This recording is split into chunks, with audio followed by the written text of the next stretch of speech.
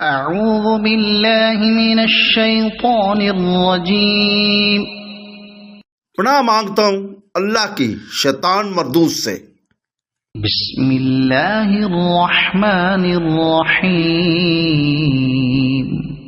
شروع کرتا ہوں اللہ کے پاک نام سے جو بہت بڑا مہربان نہایت رحم والا ہے۔ تلک الرسل فضلنا بعضهم على بعض منهم من كلم الله ورفع بعضهم درجات وآتينا عيسى ابن مريم البينات وأيدناه بروح القدس ولو شاء الله ما اقتتل الذين من بعدهم من بعد ما جاءتهم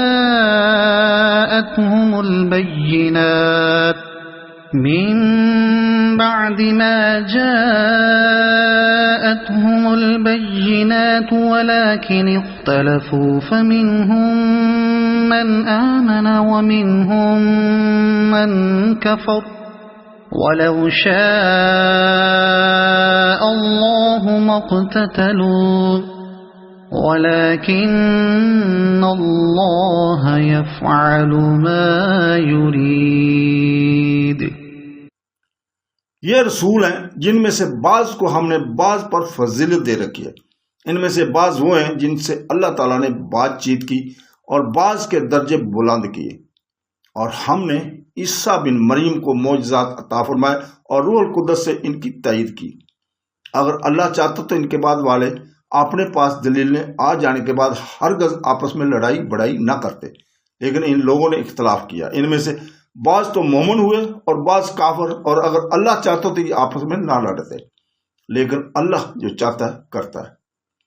آیت نمبر 253 میں یہاں وضاحت ہو رہی ہے کہ رسولوں میں بھی مراتب ہیں، جیسے اور ایک جگہ فرمایا ہے کہ ہم نے بعض نبیوں کو بعض پر فضیلت دی۔ حضرت داؤد علیہ السلام کو ہم نے زبور دی، یہاں بھی اس کا ذکر کر کے فرماتا ہے ان میں سے بعض کو شرف کلامی میں نصیب ہوا، جیسے حضرت موسیٰ اور حضرت محمد صلی اللہ علیہ وسلم اور حضرت آدم علیہ السلام۔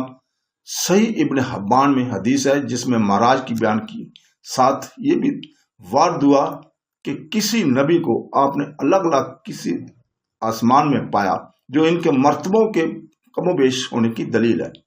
ہاں، ایک حدیث میں ہے کہ ایک مسلمان اور یہودی کی کچھ بات چیت ہو گئی تو یہودی نے کہا، قسم ہے اس اللہ کی جس نے موسیٰ کو تمام جہان والوں پر فضیلت دی، تو مسلمان سے ضبط نہ ہو سکا۔ اس نے اٹھا کر ایک تھپڑ مارا اور کہا، خبیث، کیا ہمارے نبی صلی اللہ علیہ وسلم سے بھی وہ افضل ہے؟ یہودی نے سرکار نبوی میں آ کر اس کی شکایت کی۔ آپ نے فرمایا، مجھے نبیوں پر فضیلت نہ دو، قیامت کے دن سب بے ہوش ہوں گے، سب سے پہلے میں ہوش میں آؤں گا، تو میں دیکھوں گا کہ حضرت موسیٰ اللہ تعالیٰ کے عرش پر پایا تھا تھامے ہوئے ہوں گے۔ مجھے نہیں معلوم کہ مجھ سے پہلے ہی ہوش میں آ گئے یا سرے سے بے ہوشی نہیں ہوئے تھے، اور طور کی بے ہوشی کے بدلے یہاں کی بے ہوشی سے بچا لیے۔ اس طرح پس مجھے نبیوں پر فضیلت نہ دو۔ ایک اور روایت میں ہے کہ پیغمبروں کے درمیان فضیلت نہ دو۔ پس یہ حدیث بظاہر قرآن کریم کی اس آیت کے خلاف معلوم ہوتی ہے، لیکن دراصل کوئی تعارض نہیں۔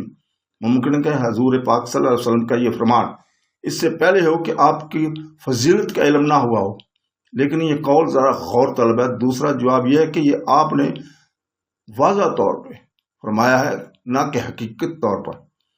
تیسرا جواب یہ ہے کہ ایسے جھگڑے اور اختلاف کے وقت ایک کو ایک پر فضیلت دینا دوسرے کی شان گھٹانا ہے، اس لیے آپ نے منع فرما دیا۔ چوتھا جواب یہ ہے کہ تم فضیلت نہ دو، یعنی صرف اپنی رائے، اپنے خیال اور ذہنی تعصب سے اپنے نبی کو دوسری نبی پر فضیلت نہ دو۔ پانچواں جواب یہ ہے کہ فضیلت و تکریم کا فیصلہ تمہارے بس کا نہیں، بلکہ اللہ تعالیٰ کی طرف سے ہے۔